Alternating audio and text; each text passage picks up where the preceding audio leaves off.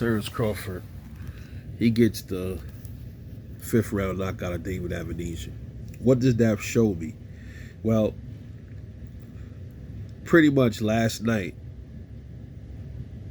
it pretty much shuts a lot of people up when they say that they don't believe Terence Crawford is stronger than Errol Spence.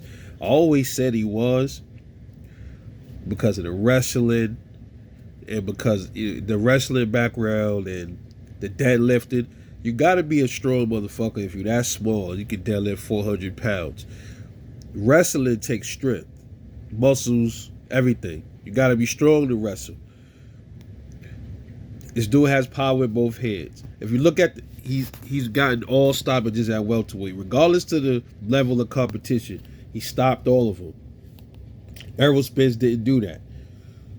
That's one indicator. Another indicator is we look at their stoppages, the way they both been stopping people. Yeah, Terence Crawford, let me see, Mean Machine, the ref waved it off. Kell Brook, the ref waved it off. Sean Porter, ref waved it off, or Kenny Porter waved it off, whoever waved it off. Jeff Horn, ref waved it off. And so did, and it was Jose Benavidez, the ref waved that off. And what's his name? Amir Khan quit. Avenesian flatlined him. Like ice, knocked him out cold. Errol Spence, early on, I don't remember Crawford Errol ever really totally knocking somebody out cold. I mean, I think he did that to one of the Chris's. Was it Chris Algieri or one of them? I think that's who it was. But most of the time where he'll get like stoppages to the body. Errol's more of a body stop you type dude for the most part. He got Ugas out. They stopped it because he broke his eye socket. He stopped that fight. So I give Errol Spence that. But all the people that he did knock out at 147, they were stoppages from the referee. Most of them, just like Terence Crawford. But the difference is the way Bud stops. It's a different kind of stoppage. Even though the ref is waving it off, it's almost like when Bud is doing it, it almost seems like it's just more relentless. That's just how I see it. I view it different from other people might look at it. But I have to go back and look at some of Errol Spence's fights.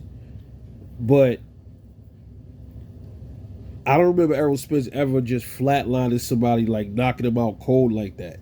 Can y'all point to me any fights that Errol Spence has actually had somebody on the floor where the doctors had to come in there and see if he was all right, if he was in the next dimension or not? Now, I'll give Errol the Ugas shit. Yeah, I'm not going to give him the Kell Brooks shit because, I mean, he had help from Triple G, bro. Triple G helped him bust the other eye up, so I'm just keeping it real.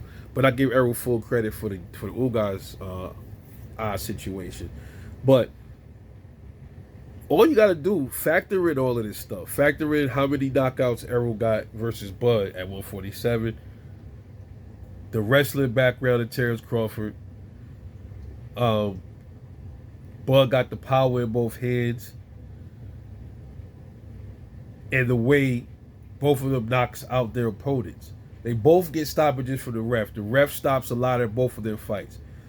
Neither one of them have the power where they can just, all their fighters, they hit you one time and then they just knocking you out. They like Wilder type shit. None of them have that kind of power, but they have power. But the problem is with Terence Crawford, I just think he has way more raw power than Errol Spence. I just think he does. And y'all welcome to disagree. It's just how I feel about it, man. Doesn't have nothing to do with Bud being my guy. If Errol was doing that and getting all these crazy stoppages, if Errol was just stopping everything, TKO straight through the welterweight division, then I would say that there's a reason for that. I'll say Errol is stronger than Terence Crawford. So, but it's not that way. It's the other way around. Bud is the stronger fighter, bro. So when people say that he's not, they're delusional. Anyways, this is Rebel Life Boxing. I'll definitely catch y'all later. Stay tuned for more raw content the Rebel way, baby. See y'all later.